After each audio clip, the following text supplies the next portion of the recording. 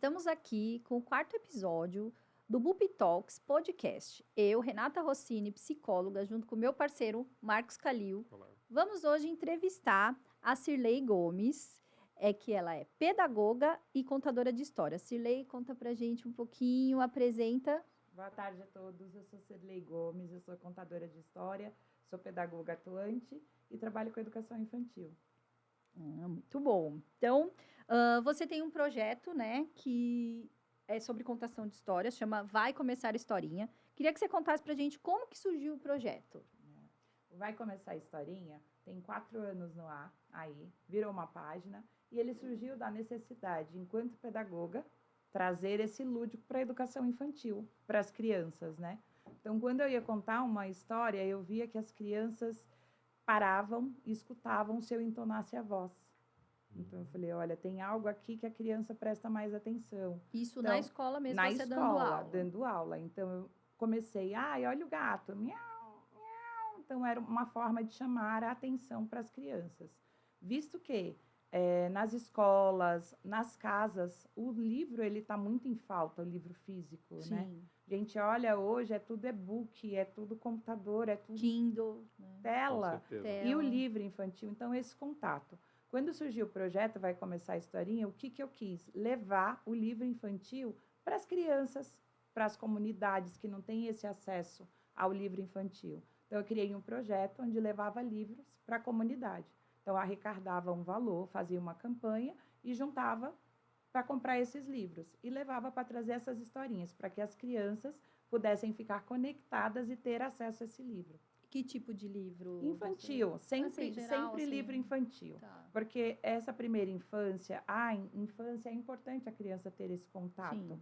Onde ela cria imaginação, onde ela cria possibilidades, onde ela fantasia. É a primeira linguagem dela. Sim. Então, eu acho muito importante não perder o sonho, não perder o imaginário, Sim, não perder o que eu posso ser. E eu falo muito que a gente não pode perder a imaginação de que existe um mundo além do nosso, porque a gente cresceu com isso, acreditando em príncipe, em princesa, Sim. E tem que ter isso. Então, você traz conto de fadas. Eu trago conto de fadas. Aquelas fábulas, tudo, sim. O último foi do Chapeuzinho Vermelho, então, geralmente, eu vou vestida de Chapeuzinho Vermelho e chego lá com uma caracterizada. Eu cheguei com uma cesta de livros. Na escola ou na comunidade? No projeto. Tá. Aí eu vou com uma cesta de livros e eu sento, conto a história da Chapeuzinho Vermelho, convido as crianças para uma roda, para um bate-papo, falo a importância, porque antes de qualquer coisa a gente tem que conscientizar as crianças da importância da leitura. E muitos, assim, não tinham ouvido a história Chapeuzinho Vermelho? Como que é, assim? Porque o conto de fadas, todo mundo sabe, né? Eles até tinham ouvido, mas eu acho que o contato com a imagem só na escola. Porque são comunidades da periferia mesmo, onde eu atendo na Zona Norte, então tem diversas realidades. Então, tinham crianças, quando eu dava o livro, ele ficava folheando e falava, olha, é assim o lobo. Então, que não tinham tido esse contato com a figura. Né? Essa figura eu acho importante. Eles tinham o contato da história só ouvida? Só ouvida. E até o contato com o livro, não tinha. Alguns tinham, outros não. Mas o que acontece? O livro, ele precisa estar mais disponível para a criança. Na escola, a gente fala isso, né? Que o livro, ele tem que estar disponível. A criança tem que estar à altura da criança, como a gente trabalha com uma faixa etária pequena. Então, a criança, ele vai pegar o livro, ele tem que estar disponível para a hora que ele quiser. E qual faixa etária? Que eu trabalho hoje de 4 meses a 4 anos. Na escola, mas na comunidade não, na comunidade eu atendo crianças. Sim, criança geral. Então, geral. quando a gente chega para contar, fazer a contação de história, adultos chegam e acabam ouvindo a história. É muito legal e gratificante no final, quando eles chegam, a família me dá o livro, eu vou ler para o meu filho, e depois eles falam, quando eu volto nos anos seguintes, eles falam, foi muito legal ter acompanhado essa leitura. Sim. E até tem um que eu escrevi para uma criança, e aí eu coloco com muito carinho professora Cirlei. E toda vez essa pessoa me relata que quando vai ler o livro tem que ler a narrativa do começo. Do começo. Tem que ler a dedicatória. Carinho, ela fala com muito carinho para o Cirlei. Eles são muito carentes de afeto também. Exato. Marca. A afetividade é uma coisa que me marca muito, sabia, nesse projeto. Eu acho que por isso que eu dei continuidade E eu não larguei, porque é difícil também. Sim. A Renata acompanhou um pouco o ano passado. Participo. Ele é bem repetitivo. Então, é uma campanha, né? Sim. Então, eu faço a campanha, eu jogo nas redes Na sociais. Páscoa, no Natal. Na Páscoa, Natal e Dia das Crianças. Dia Então, das Crianças, 3 esqueci, eventos. verdade. Então, acaba ficando... O Dia das Crianças e Natal acaba ficando um pouco perto. Então, você ajuda agora, você não vai ajudar depois. Então, as pessoas estão participando agora como voluntários. Que legal. Esse ano eu tive um timaço de voluntários que foram comigo, que levaram ovos, que levaram histórias para essas crianças. Foi muito E toda muito vez bacana. que você vai, você conta história. Conta nas história. três. Conta nas história. 3 datas, né? Nas 3 datas. Então, eu procuro trazer uma história na Páscoa que fale sobre amor, que fale sobre amizade, Renascimento, que fale sobre né? a partilha. A gente não trabalha o ovo da Páscoa, a gente não trabalha o Natal, a gente trabalha o carinho, a gente trabalha o afeto. A simbologia do que aquela festa está passando. Exatamente. Né? E o Dia das Crianças a gente trabalha a criança, o que é a lúdico, criança, né? o que é a brincadeira.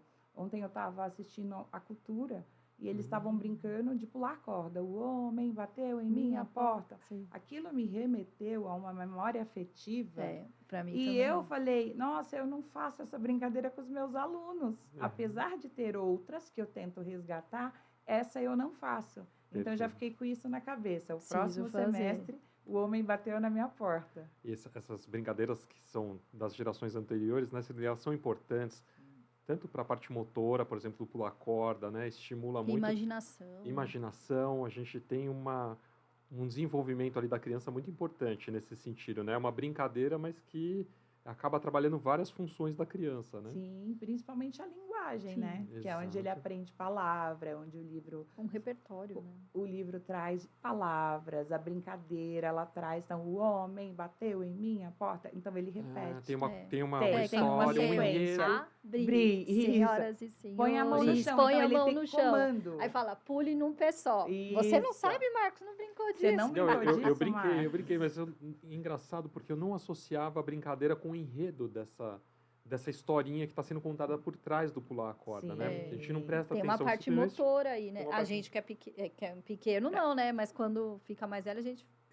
E até na psicologia, né, Renata? A Renata, que é psicóloga, fala um pouco de pule com um pé só. A gente consegue observar a criança, se ela consegue pular de um pé só, se ela consegue pular com os dois, como que é o cognitivo dessa criança. Exato. A coordenação, né? Ela vai fazendo essa função de, ao mesmo tempo, ter a parte motora, pulando, e ao mesmo tempo ouvindo a história, que esse enredo dessa historinha, dessa ordem, né? da concentração. Tem que ter concentração. Então, eu vou pular a corda, eu tenho que cantar, eu tenho que pular, eu tenho que pôr a mão no chão, tenho que pular de um pé só.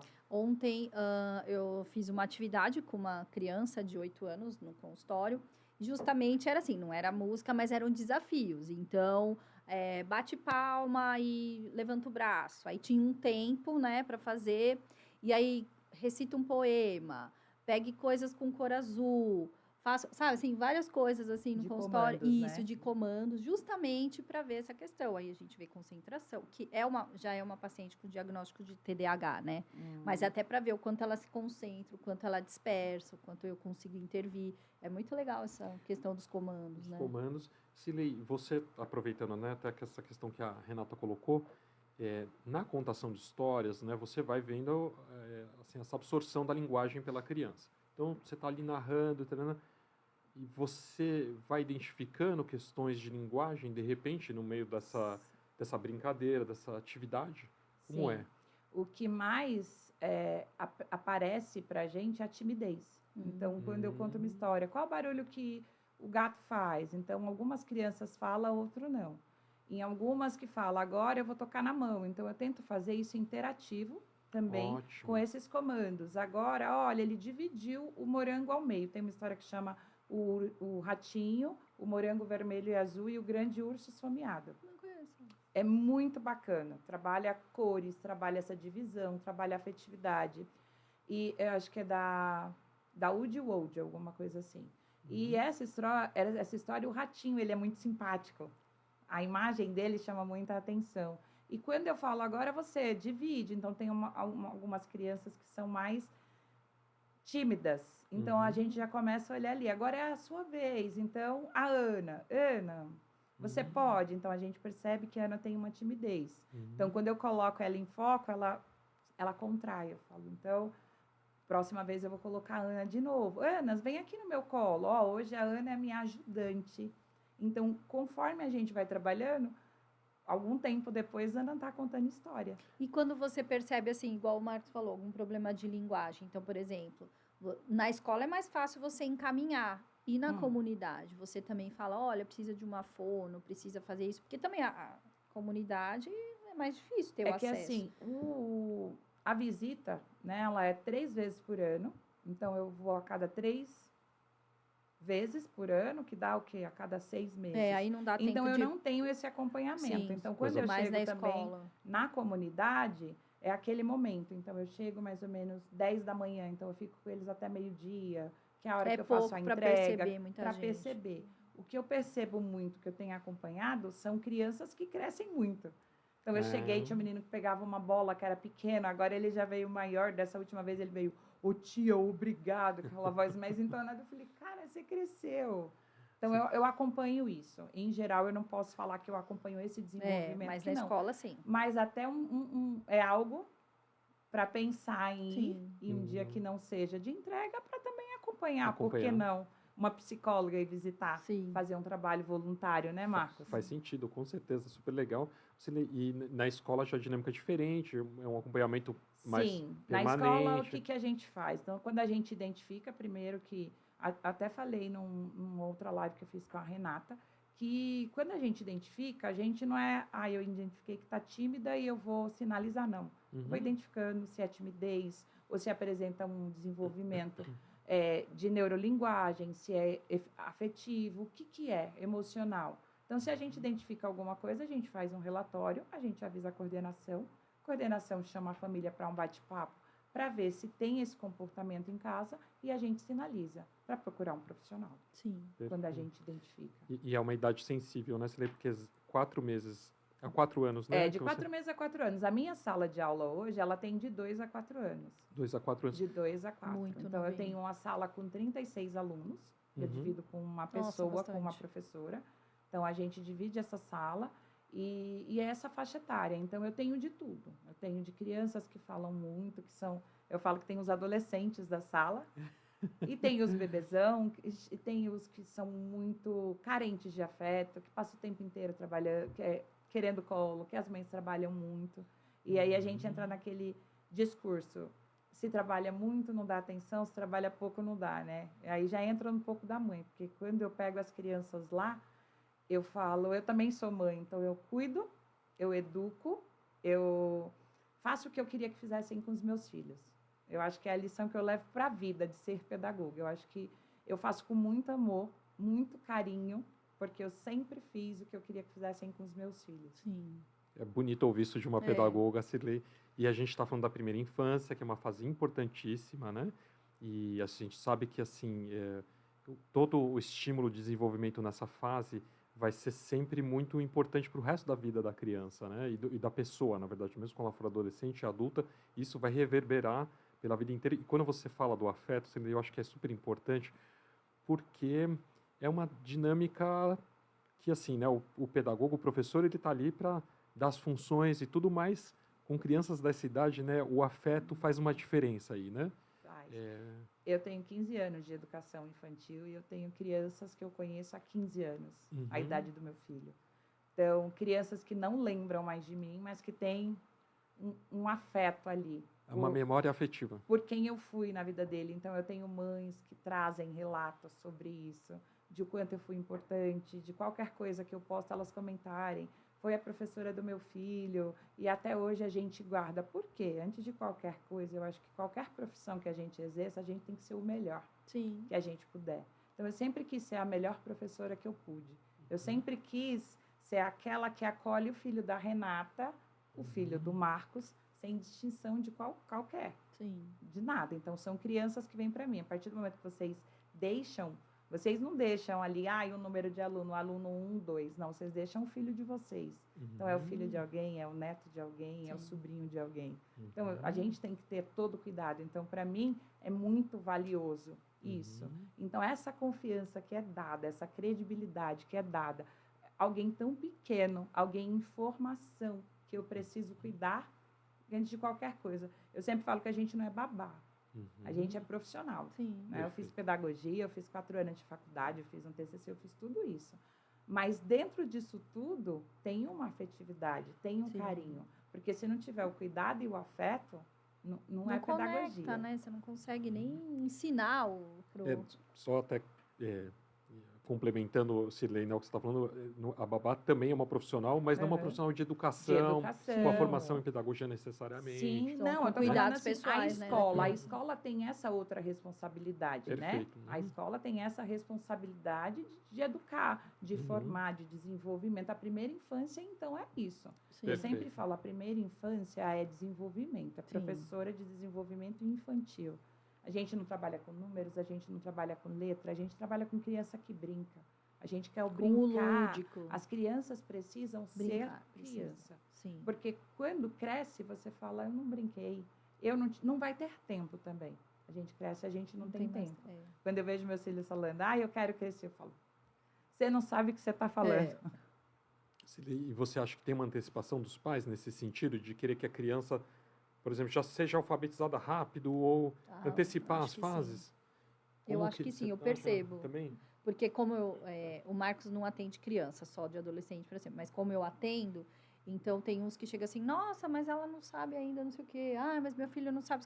Gente, 4, 5 anos. Nem precisa saber escrever, ler. Há uma ansiedade dos pais nesse sentido, eu Renata, percebo no consultório, sim. Eu acho que elas... Eu falo que os pais ansiosos tiveram filhos, né? Eu sempre falo isso, é uma frase que eu vou levar para a vida. E o que acontece? As crianças não sabem mais esperar. Então, eles querem tudo de prontidão. Então, os pais também têm isso de comparar. Por que a Ana está fazendo isso e o meu João não está fazendo? Será que eu preciso levar no médico? Sim. Será que eu preciso fazer alguma coisa? Nossa, mas ele fala. As pessoas também precisam entender que existem as fases do desenvolvimento. Sim, a troca de letras também eu percebo. Às vezes alguma dificuldade numa fala que depois, assim, é normal para a idade, você tem que esperar. Se passou disso, não precisa, porque cada criança tem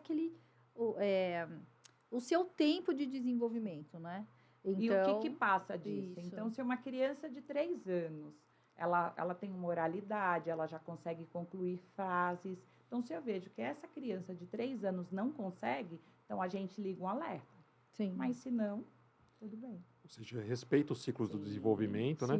Total. Às vezes, eu não sei se as pessoas que estão assistindo a gente sabem completamente desses ciclos, né? Então, só para explicar que existem esses ciclos, né? Do desenvolvimento, são vários e divididos por fases, e o que se espera gradativamente daquelas fases, né? E uma informação bem importante também é que essas fases estão na caderneta de vacinação, né? Então, na carteirinha de vacinação, tem lá de 0 a 3 meses o que a criança faz, de 6 meses a 1 ano, o que a criança faz, tem até os 10, 11 anos de idade. Então, é importante ver até onde o meu filho está dentro dessa fase, o que não está. Porque também a gente também não vai criar um alerta, também não vai fazer uma investigação por conta disso. Sim. Porque, não começou a falar, uma hora ele vai começar. Sim. Então, está dentro do limite, Só não dá pra igual começar o médico. a falar com 10 anos, né? É igual o médico, olha, ele está uma leve escala, mas ele está ali. Sim. Então, se está Tem ali... aquele percentil que dá pra... Claro que, né, uma criança com 10 anos não falou, gente, não, né? Aí Então, já é algo bem alarmante. Já é algo bem alarmante, né? Mas aí muitos, por falta de conhecimento, vão empurrando, entendeu? Sim. Então, ou seja, né, o pedagogo, ele é um profissional que está muito ligado ao profissional de saúde, no final das contas, né? Assim, ele é uma porta de entrada ali, às vezes, para observar alguma coisa. Claro, a gente tem muito conteúdo hoje na internet e eu também me preocupo com a questão da intensificação muito grande dos diagnósticos, que eu acho que é onde você está entrando aí, Cirlei, né? Quando você fala sobre isso. Olha, a gente observa, sai um pouco do ciclo do desenvolvimento, daquela fase específica, a gente encaminha, fala com os pais, encaminha para um profissional. Mas também não é uma coisa de alimentar a ansiedade dos pais nesse sentido, né? De que, olha, passaram 2 meses... não. Eu me lembro que eu tenho um filho de 2 e 7, né? E assim, em casa foi um pouco essa coisa da ansiedade. tá engatinhando, um pouco mais atrasado, nossa, já estamos super preocupados. Levamos lá no neuro para ver se estava tudo bem, né? A Assim, busca é incessante pelo Sim, CID, né? Que sim. foi o tema da palestra hoje, que a gente foi o ano passado. Que a gente fez a live ano passado. E aí, assim, já preocupado, que eu estudo bastante os temas, né? Já fiquei um pouco de olho. E hoje ele corre pela casa inteira, não para, né? Tem a linguagem... Ele só estava esperando o tempo dele. O tempo dele, né? E aí até também uma coisa de como nós pais não transferirmos essa ansiedade para os filhos, né? Nesse sentido, né? É importante isso que você traz do pedagogo, do que é o pedagogo, né? Vocês, enquanto psicólogos, sabem quando vem esse relatório. Sim. Então, eu acho que é primordial chegar esse relatório da escola, é primordial que os pedagogos identifiquem, porque a gente não lauda, a gente não fala, olha, ele tem TDAH, mas a gente Vocês só fala. se identificam e encaminham, né? A gente percebeu que ele está com dificuldade de interação, que ele não faz o contato visual, que ele faz movimentos repetitivos, que ele fica muito na ponta do pé, então... autismo. Pode tem ser alguma uma coisa suspeita aí. de autismo, São não sinais necessariamente. Sim, são alguns estereotipos de autismo. Então, quando a gente vê que tem algum, então a gente fala. Então, leva no neuro, faz uma investigação. Mas o meu filho tem alguma coisa? Não, a gente não vai. Leva e você fica tranquila. Muitas vezes, quando a gente leva, a família fala, eu já sei.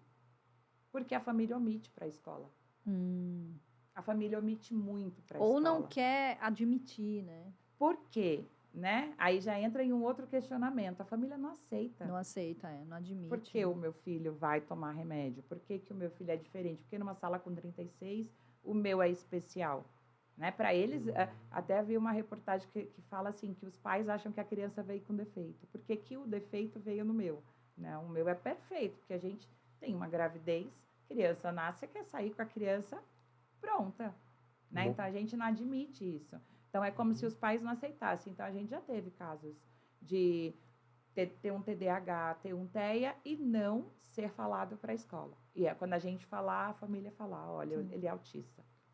Mas os pais suspeitavam ou já tinham o diagnóstico? A gente já teve vários casos, que são 15 anos, e esse mundo, eu falo que é muito paralelo, de educação infantil, a gente já viu de tudo. Tudo que você imaginar já passou na escola. Tudo.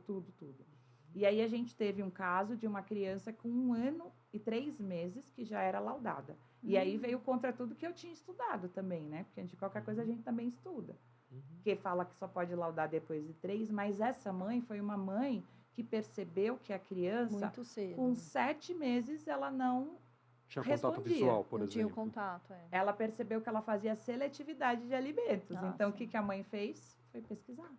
Então, essa mãe descobriu. Uma mãe bem atenta, super cautelosa, mas não sei. Ela descobriu, ela foi pesquisar, ela foi atrás, tanto que o neuro que laudou ela falou, olha, a gente vai laudar, mas daqui 1 ano e meio, quando ela fizer 3, a gente refaz. E foi refeito e realmente ela tinha autismo. Então, essa foi uma mãe super parceira. Sim. Esse foi o autismo mais fácil de lidar. Sim. Porque a mãe já trouxe tudo. Ela chegou pra gente e entregou. Olha, ela tem autismo, ela é assim, ela tem seletividade. Foi até uma pessoa que me ajudou muito, me indicando um profissional para cuidar do meu filho, para dar o diagnóstico do meu filho. Então, quando eu acolhi essa criança, era uma criança que não tinha afeto, que não tinha abraço, ela tinha um apego muito grande com a garrafa, com a chupeta. Então, eu falei, o que eu posso fazer? Fui tentando meios de conquistar a confiança dessa criança.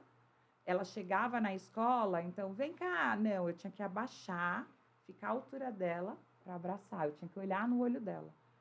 A primeira vez ela não veio, a segunda vez ela não veio, contato na visual terceira vez ela eles. veio. E quando ela chegou um dia na escola, que eu fiz, oi, tudo bem? Já tô indo. Ela não quis entrar. Por quê? Porque eu não fiz o movimento que eu fazia todos os dias, que era de agachar e acolhê-la no colo.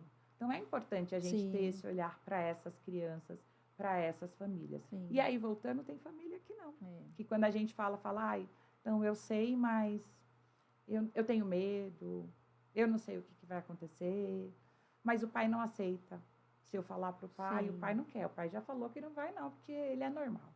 E, Cirlei, eu vejo assim, né, que você mostra um amor muito grande, né, pela profissão, em lecionar, mas, infelizmente, não é a realidade que temos dos professores em geral. Você percebe isso mesmo? Que a pessoa vai lá só para cumprir tabela, que a pessoa vai... Eu até falei em uma última reunião agora para o recesso, eu falei com a minha coordenadora e eu falei para ela, falei, ufa, chegou o dia de respirar.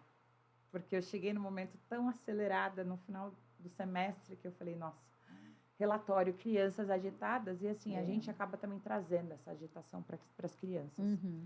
Então, trabalhar com educação infantil é pelo dinheiro? É pelo dinheiro. Mas tem que ter amor. Se você não tiver amor, você não fica. Não fica. Porque é uma sala com 36 alunos, das 7 da manhã às 5 da tarde. É uma rotina pesada. Né, uma rotina que tem que estar ali. Ainda mais com essa fase de desenvolvimento. Eles chegam, então eles tomam um café, depois que eles tomam um café, a gente sobe para a troca, já vem a fruta, tem uma atividade, 10h30 eles já estão almoçando. Então, 10h30 ele almoça, 11 horas eles já estão no sono, acorda 1 da tarde, já tem o leite, para 3 horas da tarde eles estarem jantando. Então, é isso. É uma rotina muito forte. Se a gente não tiver um olhar e falar em que momento eu vou trazer uma atividade para essa criança, em que momento eu vou trazer uma brincadeira para essa criança, por mais que tenha um projeto na escola, em qualquer escola que seja, se a gente, enquanto educador, não fizer a diferença, pode ser a melhor escola que for. Sim. Pode ser a melhor. Seu filho pode estar na melhor escola. Sim. Se ele não tiver um profissional... O professor faz a diferença, muita diferença. E ele faz. Eu vou te falar que em um outro momento, com uma outra psicóloga, ela falou assim, para ver que você tem esse brilho no olho, que você faz a diferença. Sim. Eu falei, eu faço. Hoje eu assumo que eu faço, porque eu vi muita gente falando, você fez a diferença. E eu falava, não, mas hoje eu sei que eu faço. É um merecimento, né? E que tem que carregar consigo. E aí, quando você fala disso, super importante, porque tem escolas que são super equipadas, que tem 1000 estruturas, mas não adianta, um ginásio, taranã, mas o recurso humano dessa escola é a mais importante, né? Especialmente nessa fase, eu acho que vendo você falar, a gente fica com mais clareza ainda e com mais clareza da singularidade de cada criança, né? Cada criança tem que ser cuidada com uma singularidade, com a especificidade dela, né? Você estava dando exemplo dessa outra criança com TEA. Inclusive, tem 2 crianças totalmente, como eu posso falar assim, que não querem contato, que não querem colo, que as 2 são birrentas, mas uma eu consigo contato. Porque quando eu falo, então tá bom, vem cá, me dá um abraço, ele desmonta. E tem outra que quando eu chego ele fala, não. São autistas também ou não? Não são. Normal. Eu acho que são opositor desafiador. Acho que eles têm TOD. Mas com essa idade. Mas ele desafia o tempo inteiro. Então, eu consigo lidar, eu vejo que com a afetividade eu consigo convencê-lo. Então, ele fala, eu quero, eu falo, você não vai ter agora. Ele não quer uma coberta, então ele quer outra. Então ele vai até, ele grita, ele chora, ele se joga. Eu falo, não. Sim. É essa. Igual a gente falou sobre isso, né? Sobre a birra na live nossa, né? Que também tem o normal da fase, mas aí esse caso já extrapolou. Precisa ver, às vezes em casa os pais dão e chega na escola não dão. Então, mas quer que eu te conte uma coisa? A gente vendo a educação, vendo também na psicologia, e inclusive em artigos, né? A gente lendo, a gente vê que os pais geralmente cedem. Por quê? Mas cede. Vai. Porque os pais também querem aquele momento, os pais também... Não, trabalhei o dia inteiro. Sim, aí fica gritando, agora. A criança fica chorando, você fala assim, tá bom, eu acabo cedendo ali no quarto. Sim, e tá tudo bem, porque assim, a gente só precisa entender em que momento, né, que foi isso que a Renata falou, em que momento é legal e em que momento não é.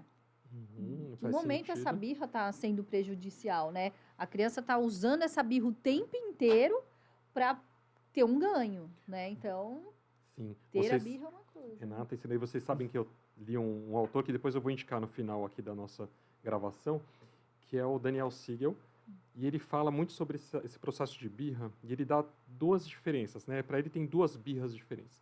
Então, uma primeira birra, que é essa manipuladora, que a Cirlei está comentando, a Renata aqui também, e que é essa birra que a criança tem um poder de decisão, ela sabe que aquele comportamento é para um ganho, para uma recompensa imediata. Então, eu quero cobertor específico, eu estava andando num shopping, aí a criança viu um boneco, ela quer aquele boneco, começa a fazer um escândalo, chorar.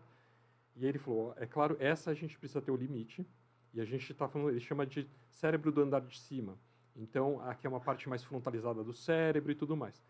E aí ele faz uma diferenciação de um outro tipo de birra, quando a criança fica muito fora de si.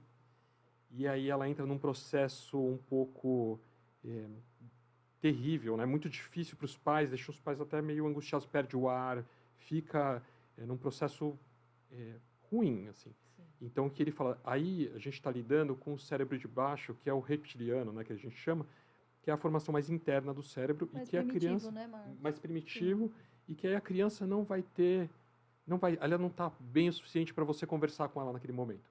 Então, respeitar a birra, né? Respeitar aquele lugar dela de uma crise emocional muito grave, assim, né, que está acontecendo naquele Sim. momento. Então, o que ele recomenda? Que a gente espere, acalme, acolha a criança, né? Então, abrace, espere ele passar, calma, né? Espere o tempo suficiente. Aí, quando ela reconectar, quando ela estiver mais calma, aí entra esse lugar de explicar, olha, eu percebi que você estava muito nervoso, que você queria o boneco, que aconteceu tal situação, e eu percebi que você nomeia as emoções, né, para a criança, né? E aí ela vai internalizando aquilo para unificar, ele fala, conectar os dois, esse cérebro de cima e de baixo, né? Então ele chama de cérebro para o inteiro, essa conexão. Mas é claro que quando a gente está ali, né, com a criança fazendo birra, imagina com 30 crianças juntas, né? Era isso que eu ia te falar, agora você imagina, né, para um pai e para uma mãe que é o seu, agora você imagina para um professor. Com 36. Tá com todas essas birras. Exato. Se a gente não com tem sua essa particularidade, afetividade, se a gente não tem esse acolhimento, ele Sim. tem que existir. Exato. Tem que existir brilho no olho, tem que existir amor, do mesmo jeito que eu sou brava também com as crianças. Sim. Olha, eu não gostei do que você fez, eu tô chateada. Quando eu falo para as crianças que eu tô chateada, você está triste comigo? Estou chateada. Estou muito triste, eu não gostei do que você fez. A gente pode conversar depois, porque eu também tenho meu momento de birra e ele também tem que entender. Nós temos também o cérebro dessa maneira. Nós também precisamos do nosso espaço de tempo para nos recuperar, né, da nosso estresse emocional ali. Então, por isso que eu falo. Para regular as nossas emoções. Profissional de educação infantil, de primeira infância, tem que entender que é isso que ele quer para a vida. Sim. Porque senão, de verdade, eu falo, tá na profissão errada. É um sacerdócio mesmo, né? É uma doação. Não no sentido de não ser valorizado financeiramente, né? Que a gente tem essas confusões com profissões de saúde e educação né? O profissional tem que ser valorizado financeiramente, inclusive, né? Sim. Que os Olha, mas eu vou te contar algo que não é clichê, tá? Eu sou muito valorizada, eu acho que pelo retorno que eu tenho das crianças, das famílias. Ótimo. É o retorno que eu espero. É o retorno que eu recebo. Então, há 15 anos eu recebo. No começo do ano, tem famílias que, essa daí, ou então, mudou a professora, entrou a professora Sirlei, nossa, mas eu gostava da outra, essa não. Nem me dava um bom dia. Mas você vai fazer o quê com o meu filho? E eu fui acolhendo essa família, porque a gente tem que acolher a família. A família junto. Então, eu fui acolhendo, eu fiz a diferença na vida dessas famílias. Então, são processos que passaram por mim. O legado que eu tenho de crianças que passaram, eles são guardados. Então, para mim, é uma missão que eu vim designada a isso, e que até o dia que eu estiver exercendo, eu vou exercer. O dia que eu ver que eu não consigo, aí eu vou procurar outro rumo. Tanto que eu fiz neuro, mas eu não sou atuante, porque eu acho que eu não consigo entrar nessas especificidades ainda. Para mim, hoje eu consigo entender a criança e acolher dentro da escola, dentro da minha sala. Ali eu consigo atender todo mundo. Perfeito.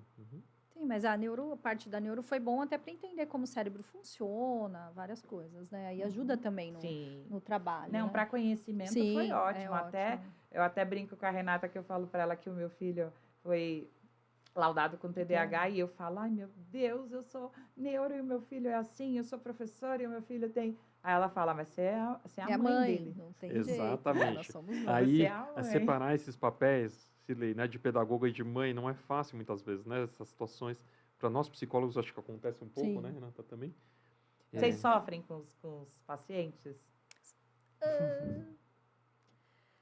Não é que eu sofro, vamos dizer assim, eu sei separar bem, mas tem algumas coisas que a gente internaliza, que realmente, leva, né? Assim, não é que levo assim, não é que, como que eu vou explicar? Assim, eu tenho empatia, tudo, mas se eu for levar todos os casos para minha casa, não vivo, né? A gente não consegue, né? Exercer também. Ter a nossa vida. Mas, assim, tem uns casos ou outros que a gente fica muito específico, que a gente fica muito, assim, sabe? Mexido, sensibilizado com aquilo. Você fala, não acredito que essa criança está passando por isso. Ela não merecia. sabe? Então, e umas coisas muito tristes mesmo, né? Mas aí eu tenho filhos, um de 17, um de 12 e uma de 12, e aí você fala, putz, meu Deus do céu, como jamais, né, que meu filho e minha filha passassem por isso. Imagina, né? Então, assim, é mais em relação a isso. Isso é difícil. Eu né? tive muita dificuldade, só para dar esse adendo, eu tive muita dificuldade, porque quando eu entrei na educação há 15 anos atrás, o meu filho tinha 4 meses. Então, a primeira mãe, na minha primeira oportunidade, a primeira mãe que chegou com a filha com febre, ai, ela tá com febre. Eu falei, ela tá com febre. A enfermeira olhou para mim, ela falou assim, Sirlei, você pode ir lá na sala da coordenação? Eu falei, oi. Falou, Sirlei, a mãe vai sair toda insegura daqui. Sim, se a professora está insegura. Se a professora está desesperada, eu falei, é que ela tem a idade do meu filho. Ela foi bem curta e grossa comigo. Ela não é sua filha. O seu filho está em casa. É isso que a gente faz. E aí eu falei, tá bom, vou levar. Aí tinha uma outra criança que estava passando muito mal e eu vou sair com essa criança. Eu liguei para ela, ela falou, tá em fechamento. Não consigo ir. Eu falei, mas ela tá sem comer, ela tá mal. Ah, mas eu tô em fechamento de mês. Eu falei, meu Deus. Aí eu ficava, não é minha filha, não é minha filha, não é minha filha. Então, eu comecei a não sofrer tanto e não trazer esses casos. Mas a gente vai aprendendo. Eu, né, já atendo há muito tempo. Então, desde que eu me formei, eu sempre atendi criança. Porque eu chegava nas clínicas, você atende, sabe? No começo você fica meio, o que eu vou atender? Então, sempre atendi adulto, mas sempre, como muitas pessoas nunca querem atender criança, então eu comecei. Então, sempre, desde que formei, comecei a atender criança. Então, para mim já está mais tranquilo. É claro que os casos de antigamente, de 20 e tantos anos, 15 anos atrás, é muito diferente. Hoje são casos muito bucha, muito complicados. Mas aí você já vai tendo um distanciamento, senão não dá. É que a minha faixa etária também é uma faixa etária difícil. É uma faixa etária difícil. É uma faixa etária. Mas eu pego também 4, 5 anos, 6 anos. Meses. Um bebê de 4 meses. E aí a gente tem de tudo, né? Sim. Tudo. Quando eu falo tudo, é geralmente tudo, de todos os casos que englobam. Você vai ter, nessa lei, desde um bebê muito de colo, que está aprendendo, por exemplo, a engatinhar, fazendo tummy time, por exemplo, né, que é de colocar de bruços para ele começar a engatinhar melhor, até um terrible two, que é aquele, eu não sei o que significa. que é a adolescência da criança com 2 anos. Tá muito chique, essa Marcos, linguagem eu não conheço. São as linguagens... Não, vamos traduzir, né, que é o terrible two, é quando a criança assim, faz 2 anos, eles chamam de adolescência do bebê, né? Então, que ela tem fases mais recortadas das birras, que é os 2 anos terríveis do bebê, né? Assim, e engraçado porque eu vi tem um locutor esportivo que é o Thiago Leifert, ele estava falando outro dia, gravando um vídeo, falou, não, as pessoas falam do Terrible Two, e acho que ele tem uns filhos de 3, 4 anos, ele falou, deixa chegar nos 3, 4 anos para você ver o que é birra, que eles começam a argumentar e falar por quê, então, questionar. Então, você pega pontas muito... parece pouco, né? Assim, se lê quando a gente vê alguns meses, mas nessa fase, meses ou 1 ano de diferença é muito grande, né? Nessa fase de vida. É uma distância muito grande de uma ponta para outra. Sim.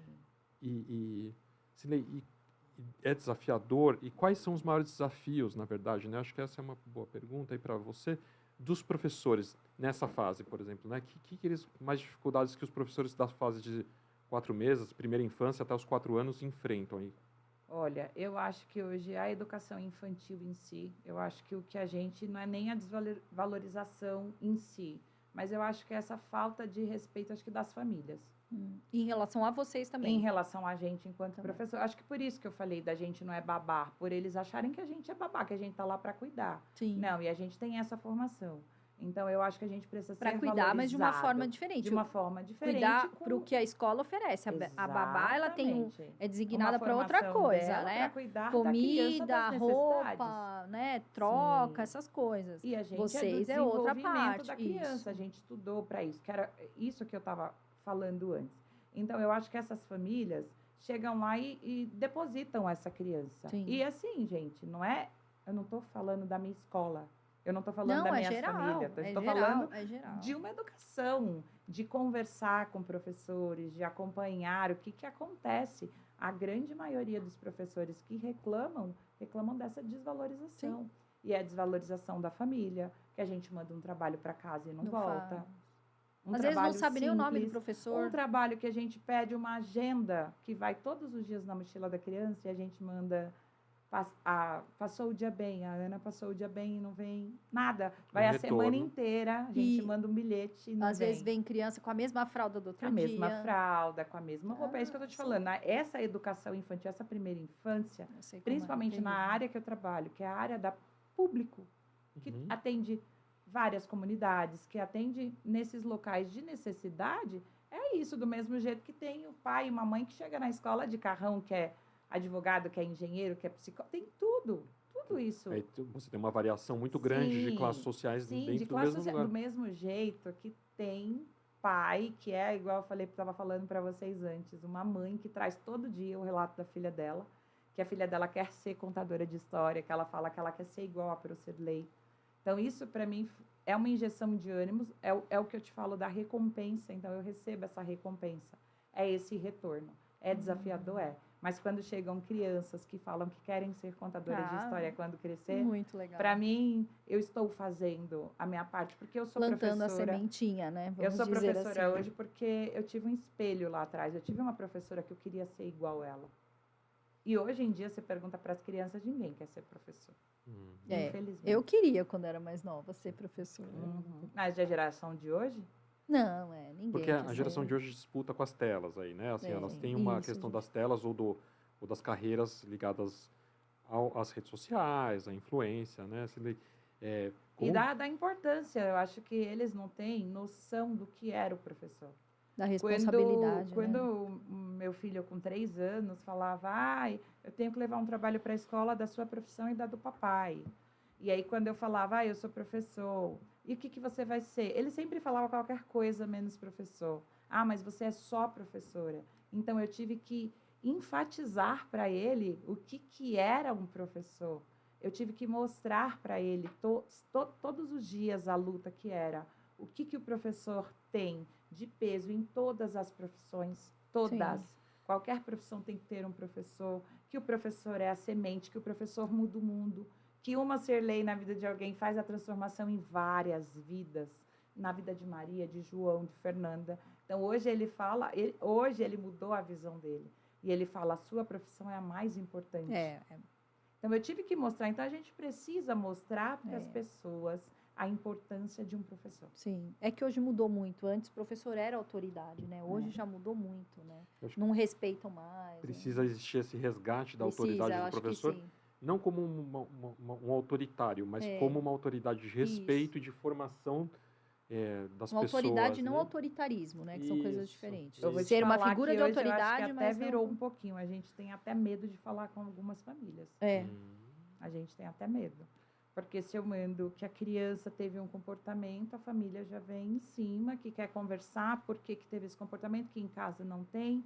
E aí quer conversar, quer trocar de sala, quer trocar de escola. Quer porque entender, a culpa é da professora. A culpa é da escola, então, imagina. Então, às vezes acontece casos de crianças que têm um comportamento e a gente, se eu mandar, a mãe vai falar de novo. Então, vamos conversar com a... Não, aí a gente leva para a coordenação. Aí a gente leva para a coordenação e a coordenação resolve, chama essa família e faz esse encaminhamento. Porque muitas vezes a culpa é do professor. É o professor que está ensinando. Meu filho chegou em casa falando que a chuva é forte. Tá? Eu estou falando para não usar a linguagem que ele usa. Perfeito. Ela chega, por que o meu filho... questionou, por que o meu filho está falando que a chuva é forte, sendo que em casa ele nunca ouviu falar da chuva? Sim.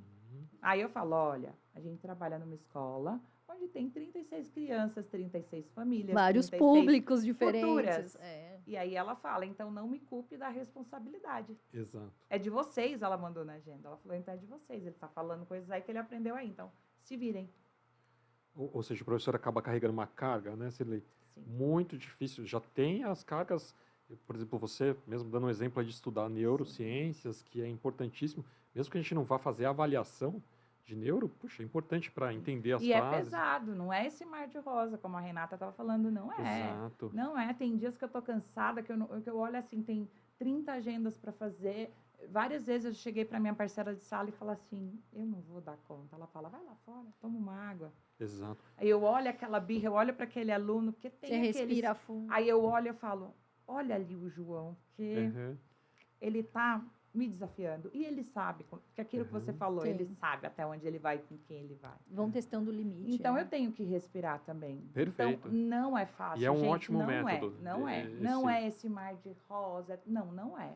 Sim. Para mim é gratificante, eu tenho isso, porque eu gosto de fazer isso. Mas não é, não. Tem as dificuldades, tem os altos e baixos, você tem que enfrentar uma escola inteira, uma equipe inteira, um professor que concorda com você, um professor que não concorda com você, um professor que acha que você fala muito, que se acolhe muito, que se acolhe. Então tem tudo isso. Não é fácil. Gente, a pedagogia, ela não é fácil. Então, por isso que eu falo, tem que ter amor. A psicologia também, não sei para você, Marcos, mas eu acho também que não é fácil. As profissões que você lida com pessoas, é difícil. Né, elas exigem muito. Assim, toda profissão que lida com pessoas, já percebi, saúde e educação são muito fortes e elas levam até o burnout, né? Assim, a gente começa a ter, até os nossos psicólogos, a gente faz, somos autônomos, né? E na maior parte dos casos, a gente tira 2, 3 dias, tira mini férias, claro que, né, assim, super planejadas, mas porque se você não vai para o autocuidado, você entra no esgotamento, né? Entra no esgotamento, e Renata também. Silei, a gente estava falando da contação de histórias aí para voltar a esse assunto. Você tem autores favoritos? Você tem livros preferidos? Olha, eu tenho um livro que eu falo que ele é o meu direcionamento, que ele chama Se Criança Governasse o Mundo. Ele é do Marcelo Xavier. E ele traz de forma clara, assim, o que seria esse mundo se as crianças governassem. Então, as plantas não seriam cortadas, os animais não morreriam. Ele traz de forma lúdica. Com massinha, ele faz os desenhos com massinha, então eu acho que todo adulto deveria ver como seria esse nosso mundo, eu acho que melhoraria muito. Tem uma autora que chama Paloma Blanca, que ela traz uma coleção, a Renata conhece, que ela traz uma coleção Seu Sentir. E esse Seu Sentir é um gatinho, e esse gatinho, acho que está em 12 agora, ela tinha 9, agora ela lançou mais 3, eu acho, 2, 3, que é se eu sentir raiva, se eu sentir medo, se eu sentir ansiedade, se eu sentir frustração. Então, eu trago isso para a sala de aula, então eu consigo identificar o que ele está sentindo. Mas para a literatura infantil é Monteiro Lobato, né, que tem clássicos aí que vão até hoje, né, Chapeuzinho, Sítio do Pica-Pau Amarelo, Narizinho, então esses que permeiam. Ruth Rocha também, ela traz vários livros assim super importantes e brasileiros assim atuantes. É a Paloma que para mim tá com, eu falo que o mal do século, as emoções. A Paloma aí a gente está se falando para tentar trazer ela já para o podcast. Estamos tentando. Em breve é possível que vocês acabem assistindo ela aqui também. Boa. Sim. E deixa eu te perguntar, como que você percebe agora com o Brincar essa inserção de telas, né, no mundo de hoje? As brincadeiras mudaram? Como que tá esse desafio do Brincar, de contação de histórias, com essa influência tão grande das telas? Eu acho que a maior perca que a tela trouxe para a gente foi o tempo. Foi a espera. E a imaginação também, né? Mas sabe por que ele não consegue imaginar? Porque ele não consegue parar. Então, a criança está ali, a gente fala, olha, agora a gente vai fazer uma roda, cada um vai falar uma palavra. Quando chega no terceiro, que está ali já comeu a unha, já pulou o cabelo, já levantou, dispersou, ele já foi, tudo. eles não conseguem esperar. Ele não consegue. E também que é uma coisa, a tela te traz o desenho, a história pronta. Quando você está lendo um livro, você está na sua cabeça imaginando aquela história. Então, é muito diferente, né? A tela já te traz pronto, não faz com que tenha esse desenvolvimento. É aquilo da fábula, né? O que ela me traz, o que aquela qual imagem moral, me né? remete, o que é que uma toquinha vermelha me remete, o que é que o barulho do lobo, o que uma princesa me remete. Então, assim, a gente está perdendo um pouco da literatura infantil para a tela. Um pouco não, acho que muito. Viu? Acho que a gente está perdendo muito para essas telas. De histórias que estão... Não tem mais história infantil. Você não vê mais uma criança vendo livro infantil. Dificilmente você vê. Você não vê que é o que a gente volta. Você não vê o livro exposto para a criança. Essa disponibilidade do livro, físico, a altura dela, Silei, né? Olha nos lugares que você chega. Antigamente a gente chegava, tinha revista, tinha jornal, não tem mais. A gente chega nos lugares, não tem mais um jornal. Não tem uma revista, é todo mundo com seu celular. Todo mundo na sua tela, todo mundo no seu mundo. E o que acontece? A gente passa isso para as crianças, porque nenhuma criança nasceu com tela. Não. A gente apresentou a tela para eles em algum momento. E então, cada vez mais cedo. Às vezes eu vi esses dias, eu estava num restaurante, aí a criança lá com meses, no bebê conforto, já vendo o desenhinho. Então, meu filho não sai da tela, ele quer a tela. Quem colocou? O bebê sabe lá pegar o celular? Nem andar ele anda. Né? Então, tem isso. Agora, no consultório, eu também tenho esse desafio. Eu tenho livrinhos, os livros das emoções. Ontem mesmo, essa mesma paciente que eu fiz aquela brincadeira, que eu falei, né, de desafios, eu falei, hoje nós vamos ler um livrinho sobre emoção. Eu não quero ler livro, porque livro... Então, assim, traz essa questão, muitos ainda não estão mais aceitando essa questão do livro. E aí, muitos eu peço, lê um pouquinho, tia, você me ajuda. Então, você vê assim, o quanto é maçante. Eu odeio ler. Porque eu não gosto de ler. Então, se perdeu bastante essa questão da leitura. Até na comunidade, Marco, quando eu vou entregar os brinquedos, que vai o livro junto, aí acabou o brinquedo, ficou, não tem quero. O livro? Aí eu não quero, eu já recebi de volta o livro. Eu quero o brinquedo, não quero o livro. Essa criança está muito concreta, né? Ela não tem esse mundo imaginário se tinha antes. Isso é um problemaço, assim, se lê, porque a gente está deixando de fortalecer a capacidade imaginativa dessa criança, né, de projeção dela, dos recursos cognitivos dela, na verdade. Né? Então, a gente tem um belo de um problema mesmo. Eu sei que é uma concorrência desleal, né? Os celulares, os tablets estão em todos os lugares, não acompanham os livros.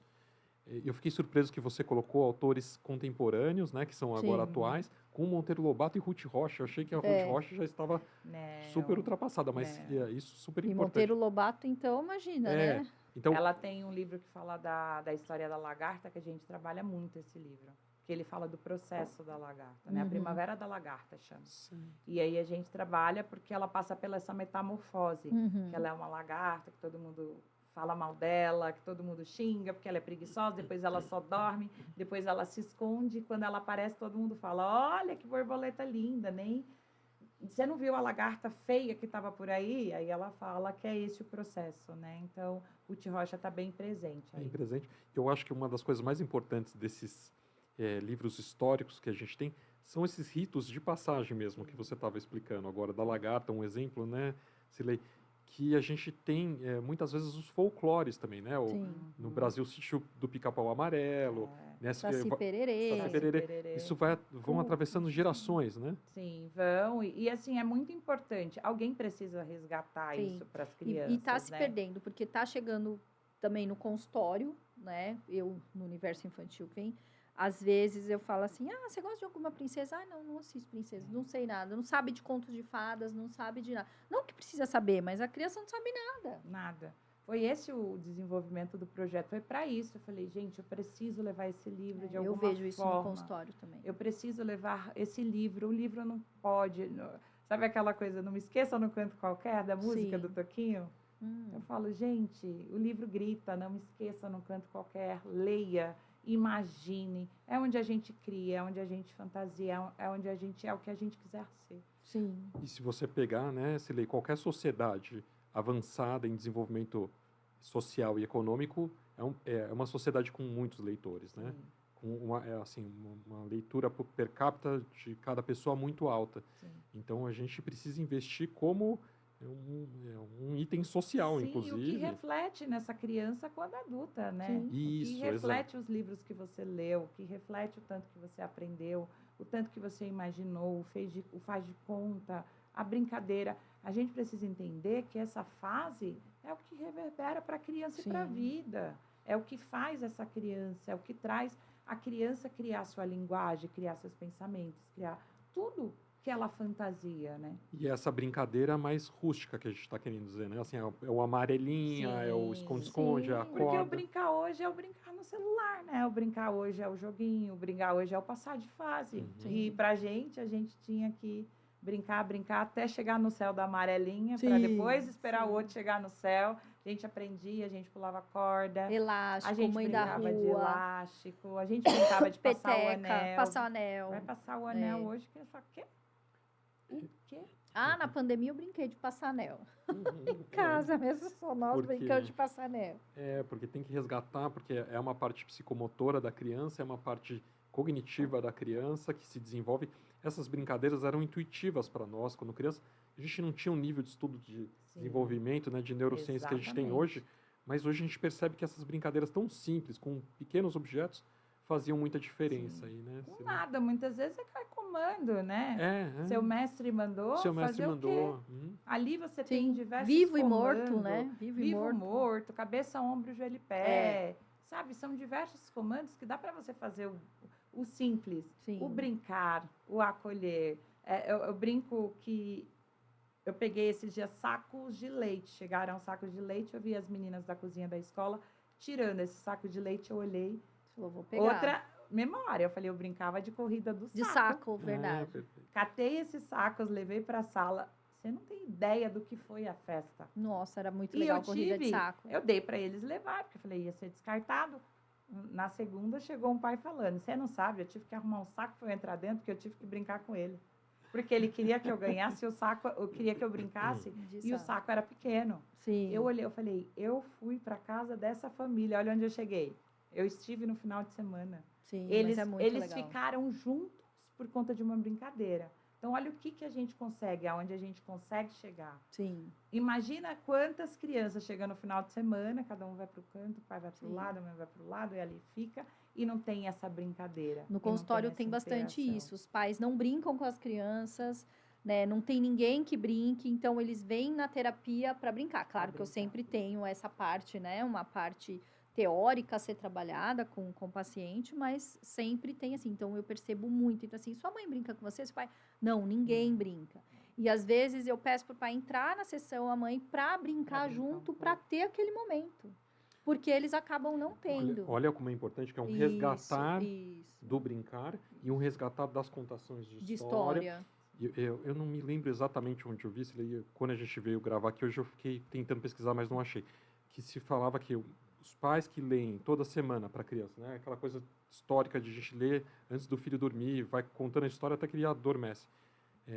Com os anos, a criança ganha um vocabulário absurdamente maior do que a outra criança. Né? O ganho que ele tem para o cérebro dele, de ter essas memórias, de criar, é disso que a gente está falando. De criar a memória afetiva. De criar afetiva. memória afetiva, de você ver algo e você lembrar que você viveu aquilo. Sim. Eu acho que a pior coisa da vida é você não ter história. Exato. É você não ter memória. Exato. Imagina você não lembrar da sua infância. E aí, para os pais que estão nos vendo, há uma ampliação do vocabulário. A criança vai adquirindo muito mais vocabulário, né? Por escutar as histórias, né? Você vai lendo muitas palavras que ela não vai ouvir no dia a dia numa história que está sendo contada de acordo com cada idade. Então, ela vai absorvendo. A gente fala que as crianças são esponjas, né? E são mesmo. Sim, são. Né?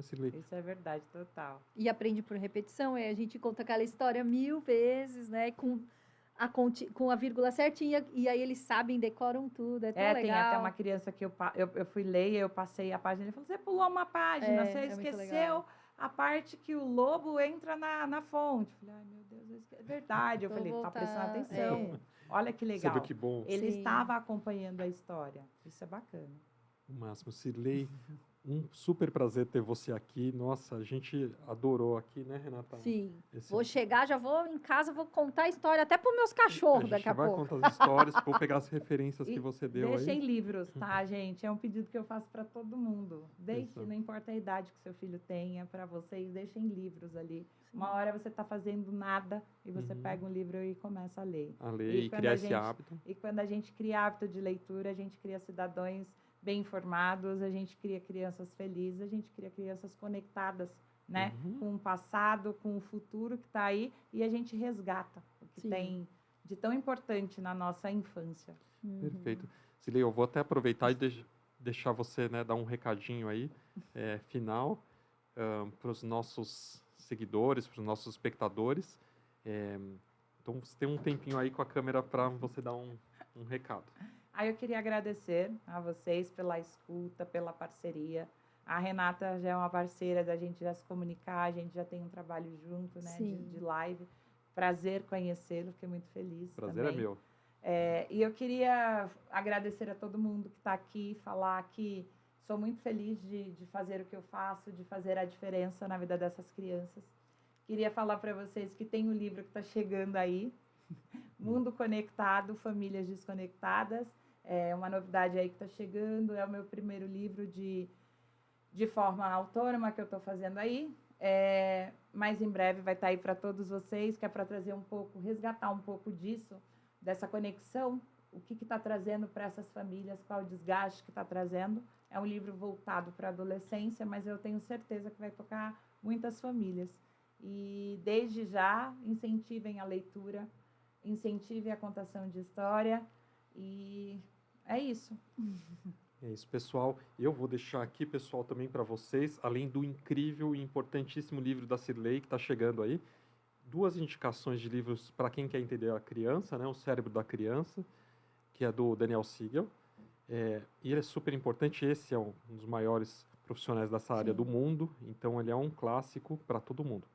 Outro livro que eu estou achando super importante é da Luciana Britz, que ela é uma influenciadora na área de educação e fala sobre brincar, é um livro super interessante, e ela já tem bastante gente lá que segue ela, e eu conheci através da própria internet, um livro muito bacana também. É isso, pessoal, por hoje. Renata, muito legal, né? Foi muito legal, é muito programa importante hoje. esse tema, muito importante. Eu queria agradecer a Cirlei mais uma vez por estar aqui. Muito obrigado, compartilhando esse assunto muito importante para a nossa infância, né? É isso aí, pessoal. Contem as histórias para as crianças. Deixem as crianças serem crianças. Deixem as crianças serem crianças e sigam a nossa página. Se você é novo aqui, dá o seu like, deixa um compartilhamento aí com seus amigos, com seus familiares. E a gente está no YouTube, no Instagram, em todas as redes sociais. Um abraço, até o próximo episódio. Até a próxima. Tchau.